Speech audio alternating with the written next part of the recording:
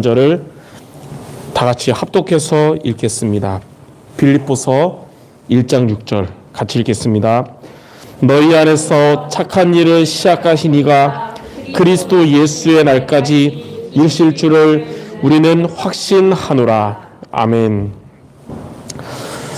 1월 한 달 동안 우리는 24라는 주제로 우리 금요기도회 시간에 나의 24 그리고 교회 24, 현장 24를 누리는 전도 제자라는 말씀을 붙잡았고요.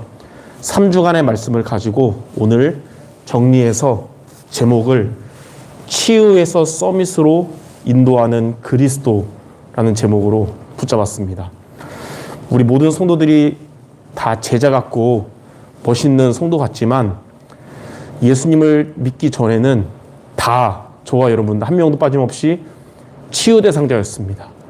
그런 우리를 하나님은 지금까지 그리고 앞으로도 서밋의 자리로 인도하십니다.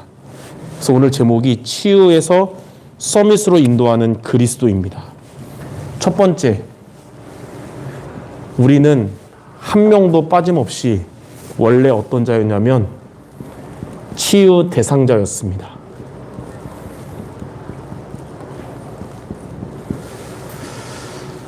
물론 성격이 좋은 사람도 있고 올바른 규모를 갖춘 사람도 있고 똑똑한 엘리트도 있지만 하나님 보시기에는 다 불신자 6가지 상태 속에 있는 죄와 저주 운명 속에 있는 치유 대상자였어요. 어떻게 치유 대상자였냐면 첫 번째, 우리는 근본 문제 속에 있는 자였습니다. 근본 문제가 뭐냐? 한국 사람이나 미국 사람이나 모든 사람이 동일하게 가지고 있는 근본 문제인데 창세기 3장 1절에서 6절에 하나님을 떠난 문제가 바로 근본 문제고요. 로마서 3장 23절에 모든 사람이 죄를 범하였음에 하나님의 영광에 이르지 못했다 그랬어요. 그래서 요한복음 8장 44절에는 너희는 너희 아비 마귀에게서 났으니 하나님을 떠나고 죄와 마귀 자녀된 이 근본 문제를 우리가 가진 상태로 이 땅에서 태어난 것입니다. 아담의 후손으로. 그러다 보니까 하나님을 만나야 행복한 것이고 하나님을 만나기 위해서 인간은 영이 있기 때문에 하나님을 만난다고 해서 노력한 것이 결국은 하나님이 아니라 우상 숭배인 것입니다. 하나님이 역사하지 않은 상태에서 인간이 하나님을 만나려고 하는 것은 우상 숭배입니다. 그리고 이 우상 숭배는 고린도전서 10장 20절에 보니까 이방인의 제사하는 것은 하나님께 하는 것이 아니고 귀신에게 하는 것이고 귀신과 교제하는 것이라 그랬습니다.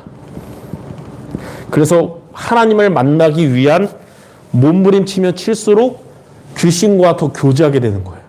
그래서 우상 숭배 하면 할수록 영적 문제는 더 심해지는 겁니다. 세 번째, 인간의 마음과 생각의 영적 문제로 무너지는 정신 문제가 오게 된 겁니다. 마태복음 12장 43절에서 45절에 하나님이 아닌 다른 것으로 빈 마음을 채우려고 하는 것이 결국은 더 정신 문제가 심해지게 하는 거예요. 그래서 다른 사람에게는 감출 수 있지만 본인이 시달리는 우울증, 또 조울증, 목류병 여러 가지 시달리게 된 거예요. 그러다 이제는 다른 사람 볼 때도 문제가 있는 사도행전 16장 16절 18절에 결국 신을 받고 귀신 들리게 무당이 되는 것이죠.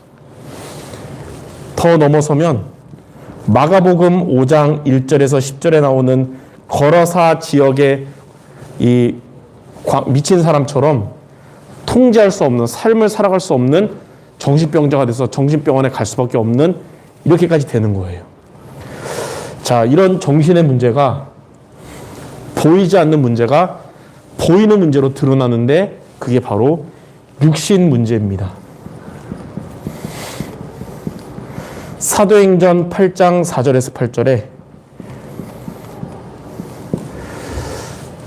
복음이 없는 그 사마리아 지역에 빌립 집사가 복음 전하러 갔는데 복음을 듣기 위해 모인 자들이 다 거의 여기에 시달렸어요.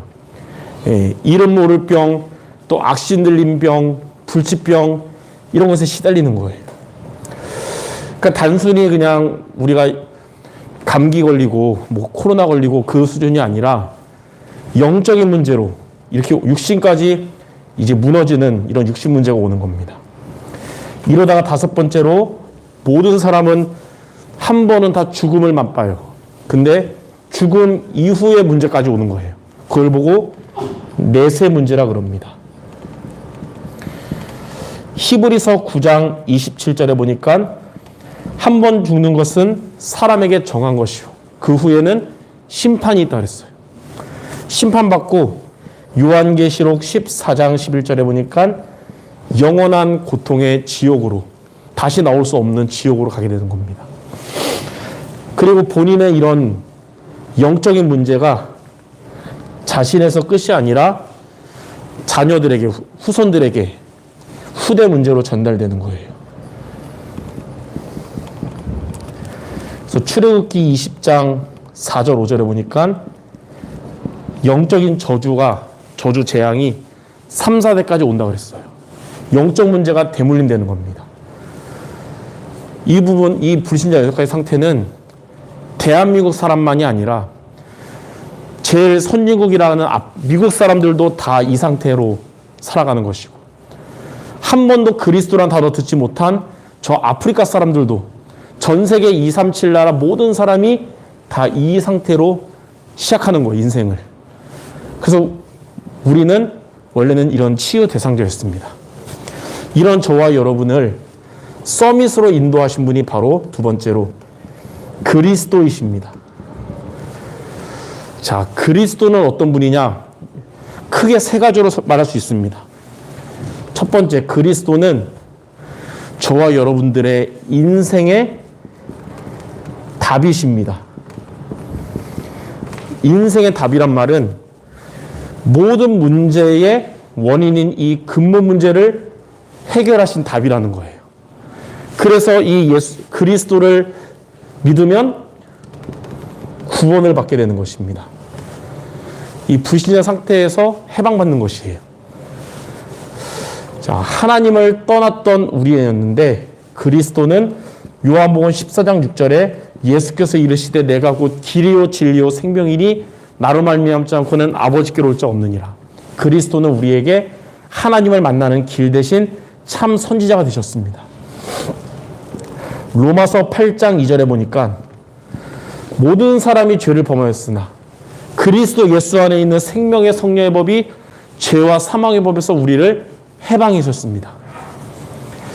우리는 다 마귀 자녀로 마귀에게 눌린 운명 속에 있었는데 요한일서 3장 8절에 하나님의 아들이 오신 것은 이 마귀의 일을 멸하심이라. 이 그리스도 되신 예수님을 요한복음 1장 12절에 우리가 구주로 주인으로 마음에 영접함으로 우리는 하나님의 자녀가 된 것입니다. 구원받은 것이에요. 구원과 동시에 고린도전서 2장 12절에 우리가 세상의 영을 받은 것이 아니고 하나님으로부터 온 영을 받았으니 성령이 내주셨으니 이는 우리에게 하나님 우리에게 은혜로 주신 것들을 알게 하려 하심이라. 이제는 하나님의 자녀된 우리에게 하나님은 신분과 권세의 축복을 우리에게 주셨습니다. 그래서 저와 여러분들은 이 불신자 6가지 상태가 여러분의 것이 아니고 하나님 자녀의 신분과 권세가 여러분의 것입니다. 예. 이 인생의 답이 바로 우리를 구원하신 그리스도예요. 자, 두 번째, 그리스도는 저와 여러분의 인생의 해답이 되십니다. 아니, 행복이 되십니다. 행복. 세상에는 쾌락은 있지만 행복이 없어요. 왜냐하면 세상의 모든 행복 같이 보이는 쾌락은 우리 인간의 영적 상태, 정신 건강을 더욱 병들게 합니다. 그러나 그리스도는 우리에게 진짜 행복이기 때문에 우리를 영육간에 치유하십니다. 자, 근본 문제 해결된 우리에게 이제는 더 이상 우리는 귀신과 교제하는 우상 숭배가 아니라 참된 신이신 하나님께 예배하는 자가 된 것이에요. 거기에 행복이 있습니다. 요한복음 4장 24절 하나님은 영이시니 예배하는 자가 영과 진리로 예배할지니라. 원래 우리는 우상 숭배하는 자였지만 이제 우리는 하나님께 예배하는 자가 된 거예요. 원래 우리는 정신문제 속에 있었지만 마태복음 11장 28절에 수고하고 무거운 짐진 자들아 다 내게로 오라. 내가 너희를 쉬게 하리라. 그리스도 안에서 우리는 모든 이 정신문제의 짐을 벗어버리고 예수님이 주시는 쉼을 얻게 된 것입니다. 우리는 육신 문제 속에 있었지만 이 사도행전 8장 4절에서 8절에 그리스도를 일심으로 붙잡은 사마리아 사람들은 치유받고 큰 기쁨을 얻게 된 것입니다. 자, 우리는 이 내세 문제, 죽으면 심판받고 지옥 가는 우리였지만 이제 우리 빌립보서 3장 20절에 천국 시민권을 가지고 죽음 이후에는 영원한 천국으로 가게 된 거예요. 사망에서 생명으로 옮김 받은 것입니다. 우리는 원래 후대들에게 영적인 문제를 대물림 줄 수밖에 없는 자들이었지만 출애굽기 20장 6절에 보니까 여호와 하나님을 섬기는 자는 천대까지 복을 받으리라. 여러분들 후대에게 영적인 문제를 대물림하는 자가 아니라 이제는 여러분 안에 계신 그리스도의 복음이 대물림되는 축복이 있을 줄 믿습니다. 자, 이렇게 우리에게 진짜 행복을, 인생 행복 주신 그리스도십니다. 자, 세 번째, 그리스도는 우리 인생의 힘이 되십니다. 가까운 사람의 위로가 진짜 힘이 아니고 그리스도가 주시는 힘이 진짜 힘이거든요. 그 힘이 바로 오력입니다. 오력.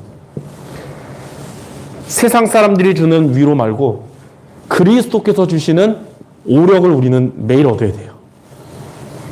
첫 번째, 시편 23편 4절에 사망의 음침한 골짜기를 다닐지라도 해를 두려워하지 않을 것은 주께서 나와 함께 하심이라. 그리스도께서 우리와 함께 하시는 이런 영역을 가지면 우리가 사망의 음침한 골짜기를 다닐지라도 해를 두려워하지 않게 되는 것입니다. 두 번째는 지력인데 잠언 3장 6절에 보니까 우리의 인간적인 명철을 의지하지 말고 범사에 하나님을 인정하면 하나님은 여러분의 길을 지도하십니다. 세 번째는 체력인데 요한 3서 1장 2절에 영혼이 잘된 같이 범사가 잘되고 강건하게 될 것입니다.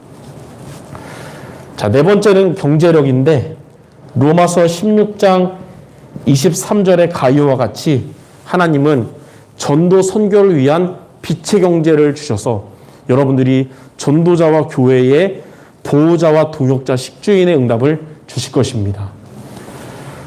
그리고 잠언 11장 30절 말씀처럼 하나님은 지혜로운 여러분에게 사람을 얻게 하시는 구원의 만남, 제자 세우는 만남 주실 것입니다.